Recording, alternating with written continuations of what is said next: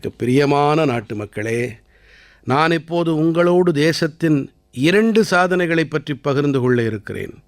இவை உங்களுக்குள்ளே பெருமிதத்தை ஏற்படுத்தும். இந்த சாதனைகளைப் பற்றி உலக அமைப்புகள் விரித்துப் பேசுகின்றன.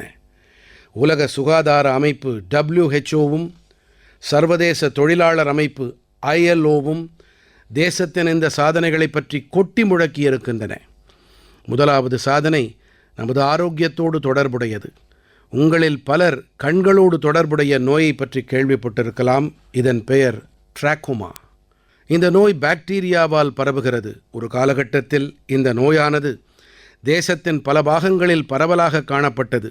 உரிய நேரத்தில் இதை கவனிக்கவில்லை என்றால் மெல்ல மெல்ல கண்களின் ஒளி மறைந்து போய்விடும்.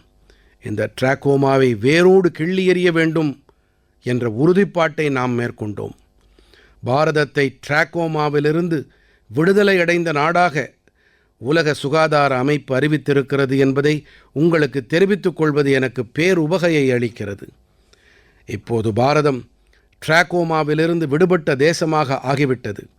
சற்றும் சளைக்காமல், ஓய்ந்து போகாமல் தொடர்ந்து இந்த நோயோடு போராடி வெற்றி பெற்ற அனைவருடைய லட்சக்கணக்கானவர்களின் கடின உழைப்பிற்கு கிடைத்த பலன் இது. இந்த வெற்றி நமது சுகாதார பணியாளர்களுக்கு கிடைத்த வெற்றி.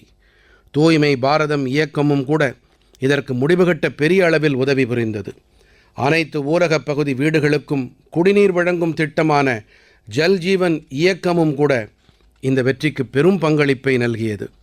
இன்று வீடுகள் தோறும் குழாய் வழி தூய்மையான குடிநீர் கிடைத்து வரும் வேளையில் இப்படிப்பட்ட நோய்களால் அபாயம் குறைந்து வருகிறது.